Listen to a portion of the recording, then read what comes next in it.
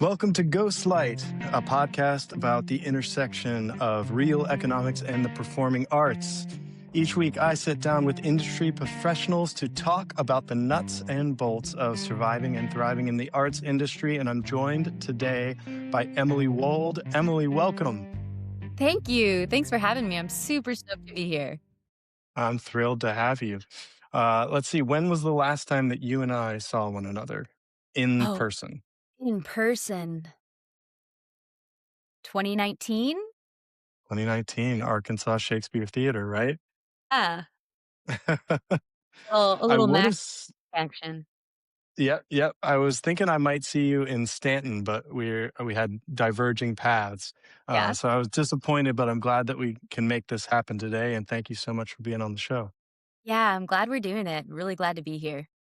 So, for any listeners who aren't familiar with you, will you give us just a little bit of your background and how you got from there to where you are today?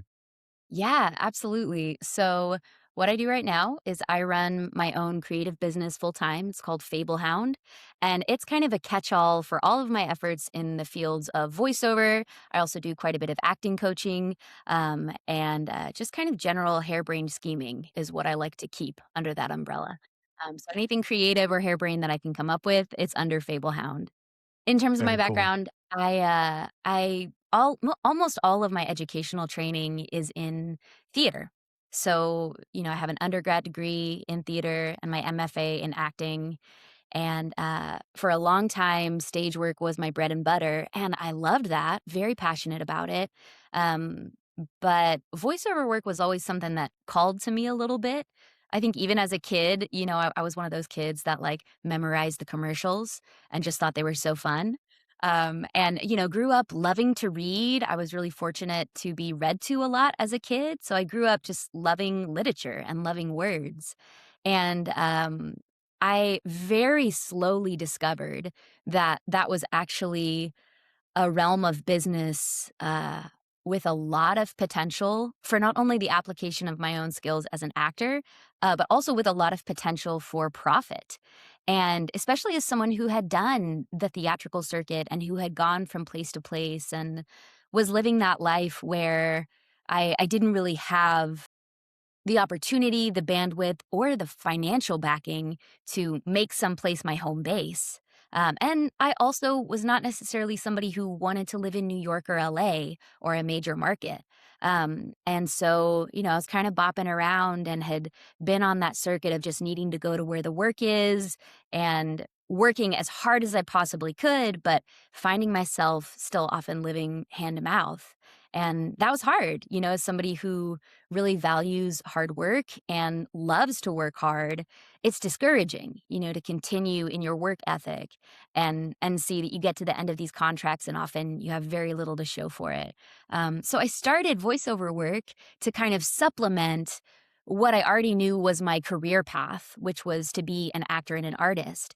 And it slowly grew into this all-encompassing thing for me, where now voiceover work gives me the creative expression that I want as an actor. It challenges me in the entrepreneurial part of myself that's actually quite strong, but I didn't really know that until I started my business. And it also has given me a degree of financial freedom that I didn't ever think I would get to have. Mm, that's so great to hear. So encouraging. Yeah. Well, so tell me about what was your first paid voice acting job that you booked? Do you remember? Yes, I was just reminiscing about this weekend, because I like to say that my career path, like my path to get to this point in my career, had a healthy scoop of just like weaseling my way into places. Um, and so my very first voiceover job, I was actually in my hometown in Arkansas, Little Rock, Arkansas, and I had recently, like 6 months before, graduated from grad school. So I had my MFA, terminal degree in my field. I was set. I was trying to work and I was just in between acting contracts. And I was like, I think I heard like one time in one class in grad school that voiceover acting was something that actors could do. And I was like, you know what? I'm not in a major market right now. I'm in this little town that probably is not as inundated with like youthful sounding talent And I was fully confident that I would be able to do the work if I could just kind of get my foot in the door and get to be seen by someone in person, let folks know that I could take a note and that I was willing to learn. So I just started Googling production houses, Little Rock, Arkansas, voiceover acting, Little Rock, Arkansas. And I found maybe 3 production houses that were working at the time. And I emailed all 3 and I pitched myself the only way I knew how, which was, hey, I'm highly educated in this. I'm a words girl. I know how to handle Shakespeare. If I can do Shakespeare, I know I can do anything. And so I just pitched myself using what I had. And the Hmm. bigger studios did not respond to me. But the smallest one and the one that was shyest on young sounding vocal talent, they reached back out to me. And I had said in my initial email, I can send you samples if you want. And I didn't have any samples, not even one. But they emailed me back and they were like, yeah, why don't you send us your samples? And I was like, okay. And so I recorded probably the worst demos known to man. But I didn't know they were bad. And so I sent them off and I heard back from those folks and they said, hey, these aren't great in terms of quality. And I was like, yep, that checks out. Uh, and they said, do you want to just come in and audition in person?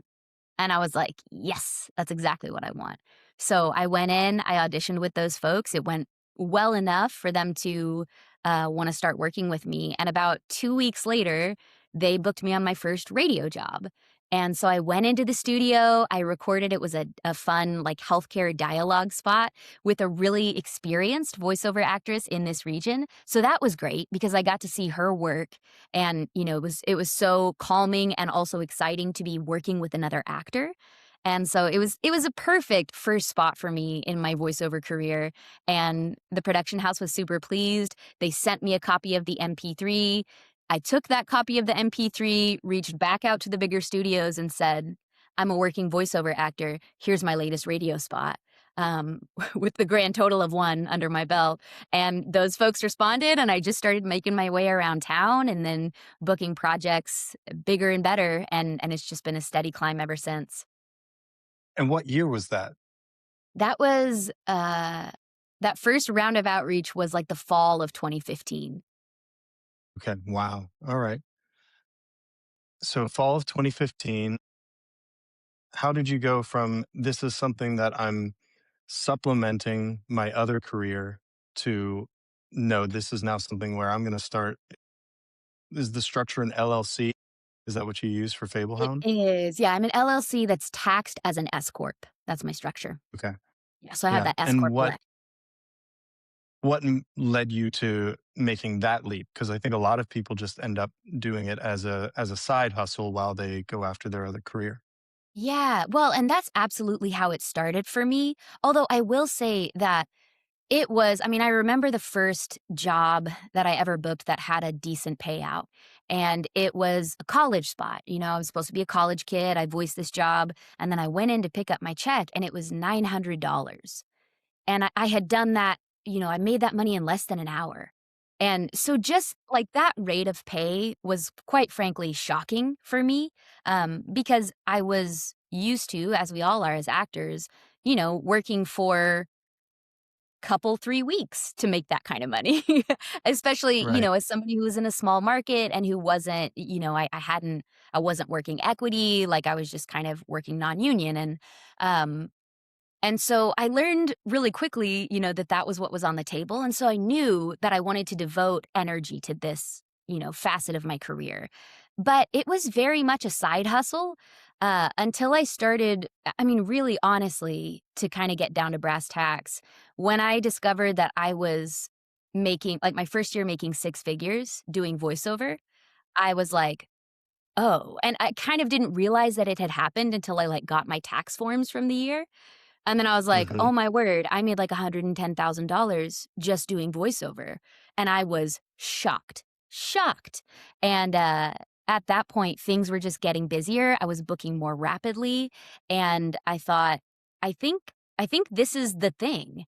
Because again, not only was that money really great, and that was a fantastic feeling, but it was also creatively fulfilling. And I think for me, it scratched an itch that I've always had, which is this idea of being a creative entrepreneur. Um, and it's something that I think is built into a lot of us as actors, but it's not necessarily something that's a part of our training. At least it wasn't part of mine. And so, I had this kind of nebulous entrepreneurial energy, and voiceover work ended up being like the perfect socket to plug into in that sense. Very cool. Um, well, tell me about the mix for you. Like, it started out as a side gig. It's obviously developed into something much more. But where did the was there like a decision point for you where you said, I'm gonna like dive into this in more of a full time capacity. I'm gonna go away from the stage and make this really my focus. And what were the practical steps that were involved in that? Like what did that mean for you Yeah. in a daily day in day out kind of fashion? Yeah, I think, voiceover was something that I definitely would pick up and then put back down, go work a contract. I kind of flirted with taking my recording equipment with me and, trying to book maybe if I could. But of course, if I was on a contract, I was never going to let, voiceover kind of that freelance side of things get in the way of what I was contracted to do. So for a while, that's what it was like. But honestly, I would say that in a lot of ways, the market kind of made the decision for me or helped me make that decision, pushed me to make that decision because I did uh, one kind of, I mean, it was one of my, it was my last for a long time theatrical contract in 2019 when you and I worked together. And Hmm. then, and that was great. I was hustling a lot of VO at that time. But then in 2020, everything stopped. I know I've talked to other artists who have kind of felt this way, but there was a sense in which it was a little bit of a relief because it was a time that allowed me to be like, okay, nobody's working right now. Nobody's working, on the stage. Like we have paused this as a full, like the whole career is paused. And so I think it was a real time of reflection for me in terms of like, okay, I have to stop this. And I don't have to feel guilty about the fact that I'm not doing this right now because nobody's doing it. And so it was this kind of moment to take a deep breath and think, okay, well, what is kind of the lay of the land looking like for me right now as theater is paused, though it's something I really love and enjoy. But there's this other work that I also really love and enjoy. And how much fulfillment can I get from just doing that? And I think the pause on our entire industry in 2020 gave me the chance to explore that. And as it turns out, I find it very satisfying, very fulfilling, and yeah, extreme. Like it imparts a lot of freedom to my life. And it's ironic that that kind of started in 2020, but I'd say it kind of forced my hand in what's turned out to be a really positive way. At what point did you go from recording in other people's setups to creating your own setup in your own home studio? Yeah, so it was about in 2019 or 2020 that I started developing a home studio. I just thought, especially uh with everything that happened in 2020, there were just a lot fewer people coming and going from studios, especially like, we're all using the same mic as actors. Like people are coming in and out of that booth all day, and it's like, ooh, this is a little tricky. So at that time, kind of between 2019 and 2020, I just thought, it'd be great to have the option to work from home. I always thought that would be a pretty neat thing to have like a home studio, a home office. And also, 2020 was when I was able to buy my first home, or rather at the end of 2019. So I moved in 2020 and I was like, man, I should have a workspace here. This is a cool thing to own a home. And so, it started out in a corner in my office room, and I had like sound dampening treatment on the ceiling, and I hung quilts everywhere. It was very much like a pillow fort in the beginning, but it worked, and like it worked well. And so I kept using it as kind of an optional place to record during a lot of 2020. And then in 2021, that was when I kind of was like, okay, I'm doing this on my own. Like I don't need to be working with anyone else or for anyone else. I no longer, really require some of the mentorship that I had in the beginning, which was wonderful, but I reached a point where it kind of was just time to fly and time to be working for myself and using my time to hustle for my own dreams. And that's something that's always been really compelling to me just in terms of a business model. And so it was a slow build. It was slowly building up the equipment, working in less than ideal conditions, like being in a closet and then trying a corner of the room and then eventually, buying the professional grade booth that I have now that lives in my office and upgrading my microphones and then creating a mobile studio from scratch and figuring out what that's like. And yeah, so it's been quite a journey, but it's definitely been a slow, steady process. Like I didn't start with all the best equipment. I didn't start with a studio that was, armed to the teeth with the latest gear. I'm actually not much of a gearhead. Like I love performance. I'm an actor. So, I also, can sling audio. I'm an audio engineer too. And I've produced and I've cast and I've done all of those things. But in my heart of hearts, I've always been an actor and a storyteller. And so it's like, that's what's compelling for me. And that's always what I've led with. Everything else in terms of the home studio build, even the structure of my business has been very much a learn as you go kind of situation. Tell me about the shift in mindset as an artist and a storyteller from, you know, doing that hustle, always trying to get the next gig to making six figures, and like what changed for you from a perspective, from a mindset. What was that shift like, and how did it change you before and after? Yeah, that shift was slow for me. Um, I think I didn't realize how much I had unwittingly bought into or accepted kind of the starving artist contract that we all seem to sign and the badge that we tend to wear, and that I don't think that was ever something I did aggressively or on purpose or, it wasn't like I planted my flag in the hill of suffering for my art. Like that wasn't something that I ever thought consciously about. But I didn't have expectations to be successful in business. I didn't have I didn't expect to be able to buy a house, to be able to live without debt, to be able to clear six figures. Like none of that was on my radar. Um, but at the same time, if there's one thing that I think was really rigorously imparted to me in my training and in the early years of my career is this idea of having a beginner's mind. And when your whole job is to listen and take the note, there's this wonderful translation that happens where you're able to do that kind of, you're able to take notes from the circumstance of your own life. And so my life was giving me this note that was like, you can be more successful than you think. You don't have, as an actor, you don't have skills that are incompatible with business. Actually, who you are as an actor and an artist pairs really beautifully with the skills that you need as an entrepreneur. And taking that note from my circumstances from my life was a slow process, but it's been a really joyful one.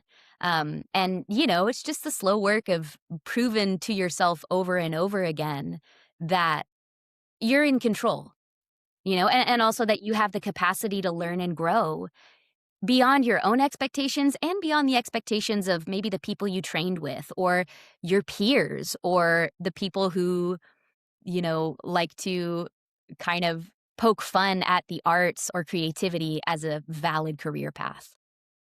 Yeah, it's like the context that we set for ourselves becomes the parameters to which we can grow to, right? Yeah. And it's not until we start to change those parameters in that context that we can actually start to fill it with more. Yeah. And there is this narrative that isn't, I don't even know that it's not that it's being told explicitly or that it's being propagated by anyone in particular, but there Right. is this sense of, this is just how it works. If you're going to do this career and pursue the arts, you're choosing not to be successful Right. from a business or an income perspective. And I totally fed into that and thought that's just the way that it is, as opposed to thinking, how can I find a way and a path through to get both? Yeah. And it was a totally different thing for me when we had the success that we had with our businesses, and I had to spend a lot of time reframing and thinking through, well, what now? Because I spent so long in this survive mindset, just like I just got to get enough.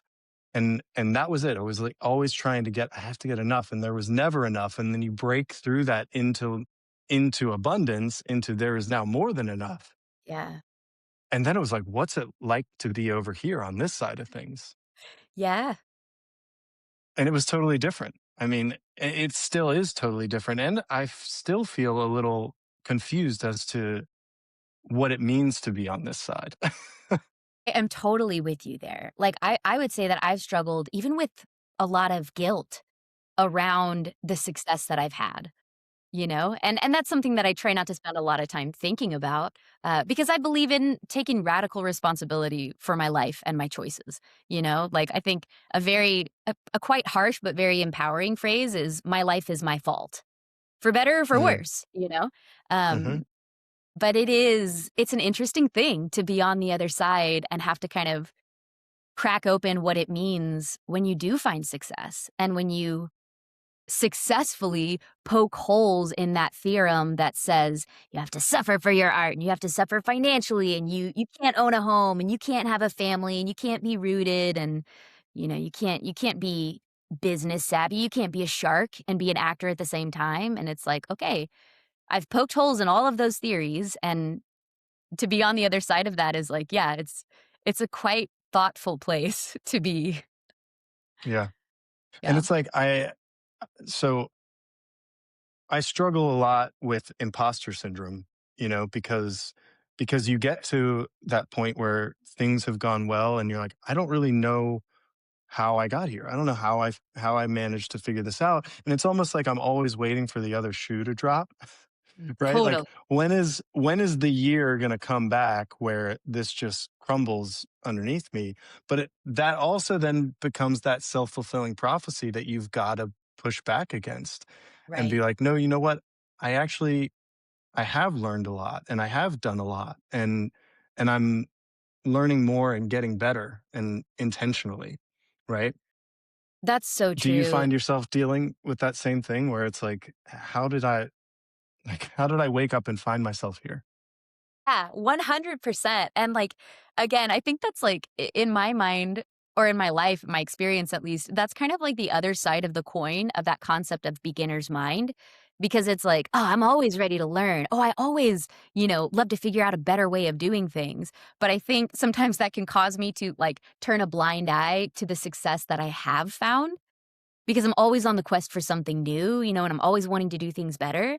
And I definitely find myself in that place where, I mean, I think when I started this journey, if someone would have said to me like, "Hey, here's where you're going to be a few years into, running your own business. Here's how much money you're going to be making. Here are the people you're going to be working with. Here are the agencies, the jobs, the high profile commercials, here's all the stuff you're going to do." I would have probably said like, "Oh, wow, I must have just no imposter syndrome anymore, because obviously I will have proved that I'm not an imposter." And it's like, there is no job big enough, there is no check big enough, there's no amount of zeros, there's no, connection so exciting, at least for me, that just instantly allays all of those feelings.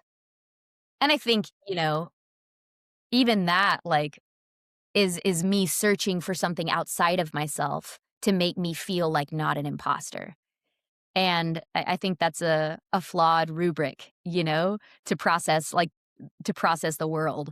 And I do find it,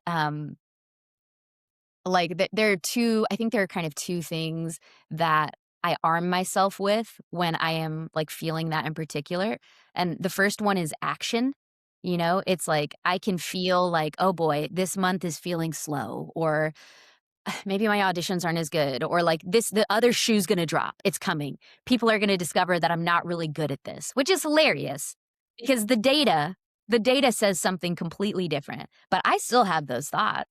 But like my first recourse now is to run to action. And so it's like, okay, that really big job that I auditioned for 3 weeks ago and I really, really wanted, I did the audition. I'm done with it. I can't influence whether that person decides to book me or not. There's nothing else I can do. But I can do 10 auditions today.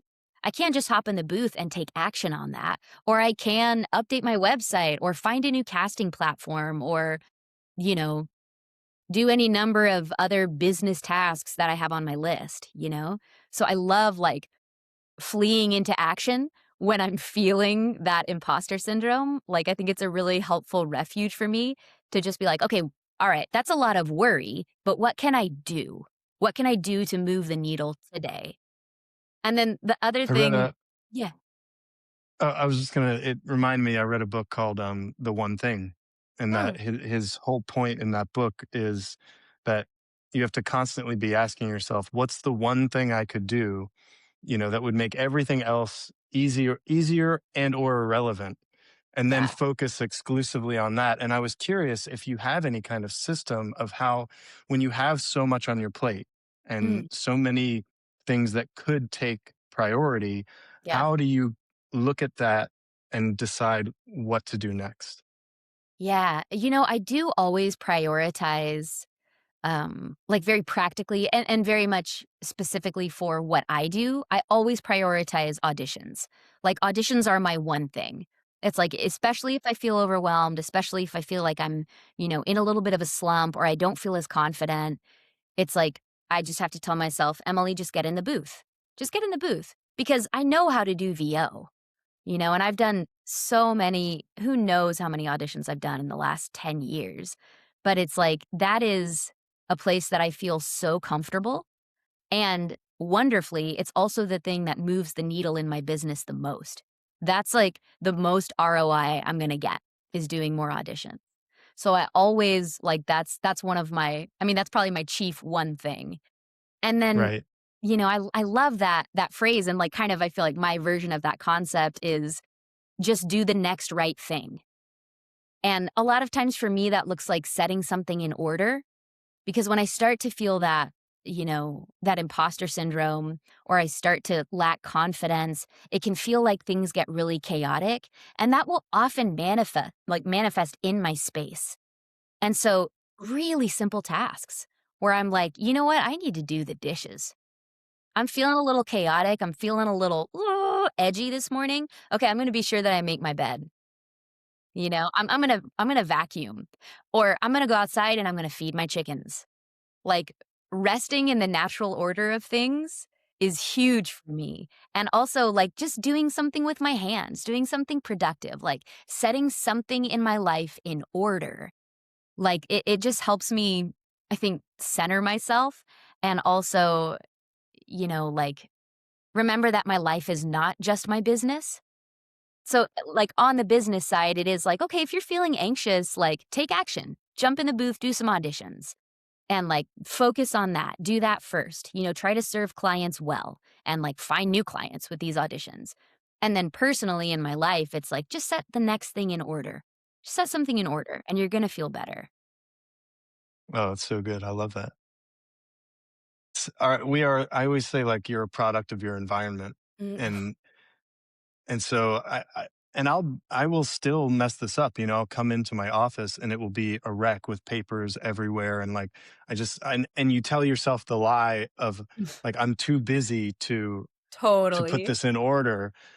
But then I'm so much more inefficient in that environment. And when I take that preparatory time to put it back in order, make the space feel like somewhere that I could work. Yeah. And then all of a sudden I can start getting real stuff accomplished. Yeah. I think the power of routine is like hugely underestimated. And Mm, I think, I think sometimes as young artists, we're tempted to think that creativity is this chaotic thing that we kind of have to court and like dance with. And like there's an element of inspiration, I think, in our work. But at the same mhm, time, like what I found in making a career out of this, like coming like up on midlife and being like, what do you know? I'm still going. Fantastic. Like I find that like creativity actually loves and thrives in routine. yeah, And like there's a lot of good creative energy that happens from just the mundane things in life. I don't think creativity is as allergic to routines as I used to think it was. right, right. No, I think you're right, and I think that there's those parameters that get set up actually release you into freedom that you couldn't have experienced without the structure. Absolutely. So you said that your experience as an artist and a storyteller has helped you succeed in the business world. What are some of the biggest things that you found that you learned from theater and storytelling and being an artist that have applied towards entrepreneurship and business? Yeah, that's a great question. I think that high level listening is a very like often preached but rarely implemented skill. Mm, And I think it's a huge difference maker for those of us who are consistently courting new clients and always, expanding our vendor list. And, we're always working with new folks and trying to get the clients we have to come back. Like the idea of being able to listen to someone, like to listen to them professionally, like I think that's a skill that is less common than I thought, like, well, and so you know how that. tell me what you mean by that. What is high level listening? What does that mean? Yeah, I mean, I think it's the stuff that for us as actors is kind of our bread and butter. It's this idea of listening fully, um, where we're not doing that thing that we're very careful not to do on stage, where it's, bull crap, my line, bull crap, my line. It's like we know not to do that on stage. And of course, that kind of understanding and awareness sinks into our daily life where it's like, okay, Mm, I'm not just listening for what I'm going to say next. I'm not just waiting for my time to speak. I'm listening to yeah. people in a way where I'm actually trying to understand what they deeply want, what they're after, not just the words themselves, but what's underneath the words. I'm trying to intuit what they need. Like I'm sensitive to when they give me a note, whether it's, an actual adjustment on a script in a voiceover session, or whether it's the way that they want their billing done in an email exchange. It's like I'm constantly listening for input from my clients and the way that they like to be served. And I'm thinking, okay, how can I meet that need? How can I jump to them? How can I give them, I only expect 30. I can give them 70 easily, like no problem. So that kind of proactive, like intuitive listening, I feel like we learn to do that, as actors. And like we learn how to listen well when someone gives us correction in the form of a note. You learn how to not be defensive. You learn how to not hear things in a way that is overly personal. And you learn how to move in a different direction without being defensive. And like those skills are invaluable, not just for business, but for moving through the world with people. And, being someone who can move through the world well with people is a foundational skill if you wanna be an entrepreneur. Yeah. I I am working on this and I struggle with it, but that being fully present with someone, and like what you just said, that you're throwing your full focus toward them and uh and not going in back into your own brain and thinking about, well, what's the next thing? What am I working on? What are my goals here? But really looking at them and go like, how can I take care of this person to the best of my ability? And how do I bring as much of myself to this moment and be there with them, there for them? And like you said, I love that you keep saying it, to serve them and serve them well. Yeah. I think that's really what I read a book called Story Brand Marketing Mm. by Donald Miller. And he says that a lot of the times businesses will make this mistake where they put themselves as the hero in the story. And he's like, no, that's not, you're the guide to the client. They're the hero. They have something that they need to get done. And you're there to help take them from point A to point B. Yeah.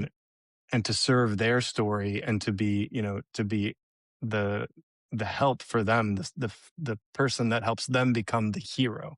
Yeah. Uh, and I love that. It's such Yeah. a great. It's I love how it takes the focus off of, you know shining the spotlight on myself or on my business, and points the spotlight onto the people we're trying to serve. Yeah. 100%. I think that that idea of, I mean, kind of whether it's entrepreneurship or artistry, like that idea of taking what we have to offer the world, and thinking of it through the lens of service, that doesn't sound like it would be a powerful way to move through the world. But I think it's like the most powerful way to move. And it's, not power in kind of the traditional way in which we think of it, but it's the most resonant. And I think it's when we do our best work, when we do it in service to someone or something outside of ourselves. And, as someone who has loved stories and storytelling since I said my first word, like, that's what I mean, I think for a lot of us, that's what we all want. We wanna be in service to a big, grand, juicy story, and there's something so fulfilling about a client coming to me and being like, "Hey, I have this script, and, it's for this product that I really care about, and I can't do it the way that I hear it in my head." And it is my greatest joy to say to those people, "I'm your girl. Like, I got you. You tell me what you want, and, like, I can do it with my voice. I know how to do what you want. And, like, you have a problem, and, like, I can be the solution for that." Like, I just think that's so cool, and it's so neat. There's something so wonderful about being on a session and then reading the script for the first time, and the client says, "That's exactly how I heard it in my head. That's what I wanted it to be." And it's, like, such a high level of collaboration.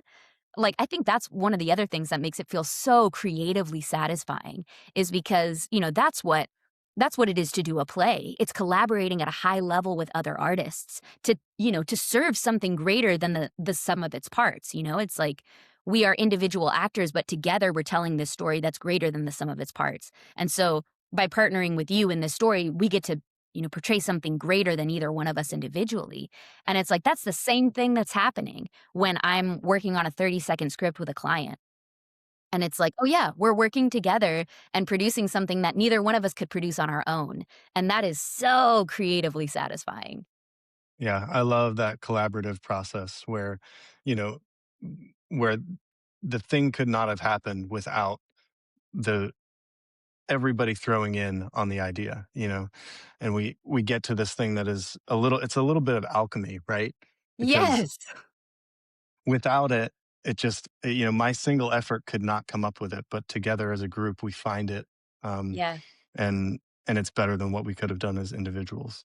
Yeah. I So love great. that. I love that term, Tell like me, that of alchemy. That's so good. It's so true. well, uh, tell me just practically, how do you find the work now? Do you have an agent? Are you submitting on online platforms? All of the above? Is it direct to client? Is it through third parties?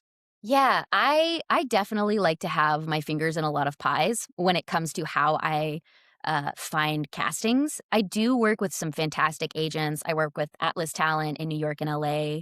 I work with Stewart Talent in Chicago. And then I've got several other smaller talent agencies kind of in different hubs around the US that I work with. So I do work with those folks and get some great spots. A lot of like the higher profile, Super Bowl ads, stuff like that is going to come through those agents. But then I also do a lot of freelance and independent work, and that's mostly done through casting sites. So I work on, one or two big players in kind of what I call the pay to play space, where you pay a subscription fee and then you get access to all of these auditions. And I have a long term presence on some of those platforms, and so that's kind of like that's kind of like my main lead generation platform for finding new clients is platforms like that where it's like I'm able to have direct interaction with the client via an audition. But then I do also work with local production houses still, and it's no longer true that they're all local to me, but through, different connections that I've made over the years, you end up connecting with people who, oh, they have a studio in Nashville. Oh, these guys have a studio in Florida. And you just kind of get onto people's rosters, onto their radar, and they kind of keep you in mind and keep you on sort of an in-house list.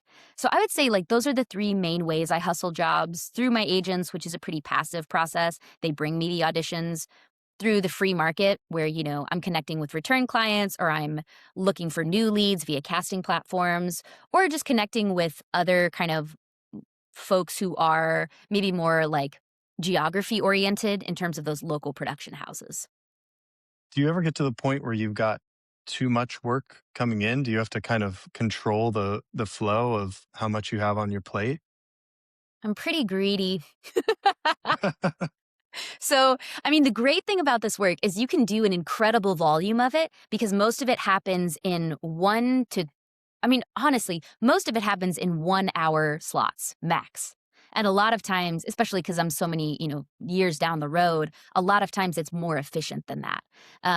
But yeah, I would say there are times where it gets a little hairy, but when those times happen, it's never the auditions and the bookings that I cut back on. And, I'm at a place in my business now where I've been able to outsource some of the back end parts of my business. And that's an incredible gift, to have a business that's grown to a size where it's like I can afford to hire people to do some of the tasks that don't move the needle as much for me.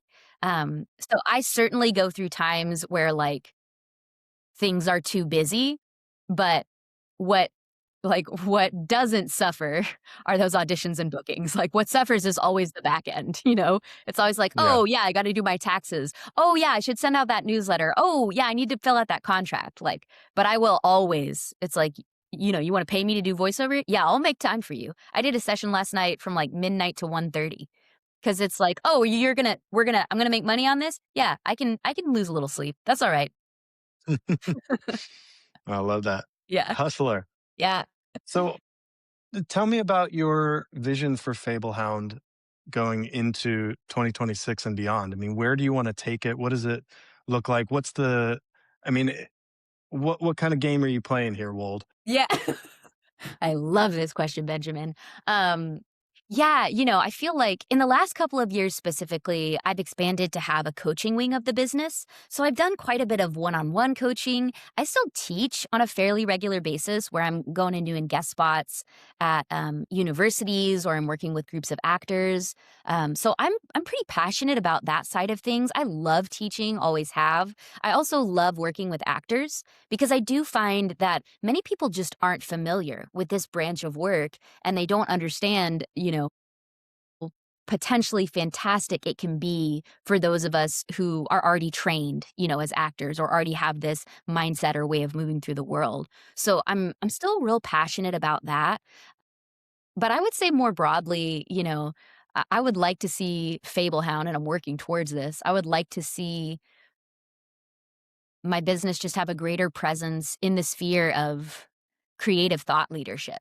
I'm really interested in the intersection of creativity and business, and I'm really interested in the ways that businesses grow and how creativity benefits business culture, and how kind of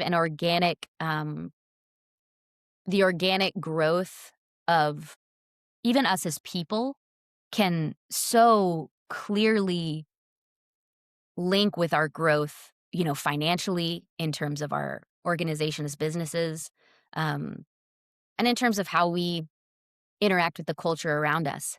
So I'm really interested in the idea of getting together groups of artists, not only to train voiceover, but also to just explore how creativity shapes our our lives and our business practices.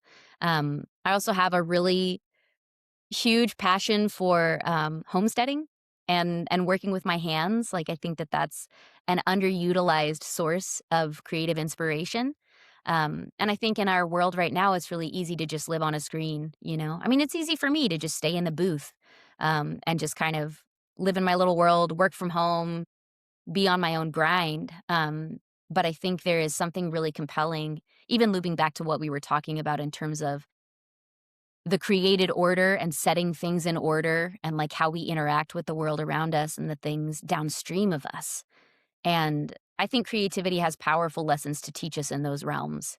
And so I'm passionate about empowering actors to be creative business leaders and what that looks like as we think beyond just the stage and the screen and even the booth. Hmm. How does that influence your social media work? Is that directly correlated? I would say that, my social media has been something that's developed a lot later in my business than my actual like voiceover career. I don't book voiceover work on social media. Like I think maybe Mhm. I've had one job connection ever from, my Instagram page. So I really started kind of posting more often and more thoughtfully around the coaching wing of my business and around this whole idea of wanting to let actors know that there are other ways to apply our skills and often less frustrating realms in which to apply our skills than are presented to us not only by the job market but by our career, by our education, and kind of the blinders I think that we can often have in our career. Okay, well, I'm trained as an actor, so I can only do these 2 things. And, I love arguing with that. Like, I love, busting that myth because I think it's totally false. But I understand it too, because that's the world that I come from. So yeah, definitely, like, my social media, I would say has been largely experimental, but it has turned out to be a great source for working with folks in a coaching context. But I hope that it also, you know, not only encourages folks who already know that they want to have a creative career, that they can do so and do so lucratively, but that also encourages business leaders and, people who are maybe coming from a less creatively oriented approach. I hope it encourages those folks to consider creativity as a lever for growth. Mm, cool. Yeah. I wanna hear a little bit about your experience going back to stage, because Yeah. this was pretty recently, right? Was it last summer? It was last spring. Yeah. Last spring. Yeah. So you went and did a play, I did. and had you done that in a while? When was the last time you were on stage? It was 2019. So I hadn't done a Really? play. Yeah, I hadn't done a play in 6 years. And it was a great experience. I had a dear friend that I really respect who was directing, and, she just asked me. She said, "Hey, do you wanna do Rosalind in As You Like It?" And, asked me in the sweetest way, "I know you're very busy, but I just really wanted to check with you." And it was this wonderful gut check moment for me, because my business is well established enough now that it was like, "Huh, I could do this again if I wanted to." And it was like, "Do I want to?" And I found that the answer was yes, which was really fun. Um, Mhm. and it was a great experience. I was well prepared when I went in. Like it was a less, I would say it was a less, like just individually, a less harried process for me. Um, because it was purely want to. And it was like, my business was rolling. Again, my processes are streamlined enough that, like, a lot of the stuff in my business just kind of runs by automation, and it's like, "Okay, this stuff is on lock, so I've got a little wiggle room," and it was pure joy to be back in that context, to be back with such a strong gut sense of like, I wanna be here and I wanna do this and this is so fun. And Yeah. like just to have those words floating around in my head and my heart again, um, all those years later after such a big break, it was so much fun to still like return to something that was once my bread and butter and find that there was still so much joy in it. So it was a lovely process. I really enjoyed it. Well, that's great to hear. Do you imagine doing it with more frequency moving forward? Is that part of your plan or? Potentially, but, I would say I mean, I'm always thinking towards world domination with Fablehound. So that, like, absolutely captures the bulk of my attention. Um, and, like I said, I've got my fingers in a lot of pies, not just in the context of Fablehound, but it's like, "Okay, well, now I've done this, let me turn my attention to real estate. Let me think about so I'm always thinking about kind of the next project or the next investment or the next scheme. Um, and so I feel like I'll probably I'm always open to doing more of that work. Um, but I don't necessarily see myself, like, heading back out on the audition circuit, you know what I mean? Yeah. So I think when the opportunity arises to make something exciting with people that excite me, Like, I think, again, of course, like we were saying, it's a lot about collaboration, and so it's like, "Ooh, if the right collaborators come along, heck yes." I would be so excited and so overjoyed, to work again on the stage. But I also feel, like the process of doing a play again was also affirming for me because it was like, man, this is really fun. And also, I love what I do every day. Like I loved being back on the stage, but then I loved being like, now just back to the booth. Like that's all I'm doing. I loved that too. So Yeah. to have that freedom is just, it's incredible and not something that I anticipated, but something that has really brought me a lot of joy. So, yeah. That's absolutely fantastic. Emily, I'm so happy for you and all the success that you've had. And thanks so much for being a guest on the podcast. I hope to have you back again sometime if you'd be willing. Absolutely. Good. I want to hear lots more. And where can we find you online? Yeah, you can always check me out at my website, fablehound.com. It's right there. Here you go, Fablehound. And and you can find me on Instagram at Fablehound. I have a light presence on TikTok. Mostly you'll find me on Instagram. And then, you can always reach out on my website. And I'm always around. Awesome. Well, thanks so much for being here, Emily, and have a great rest of your day. Thanks, you too.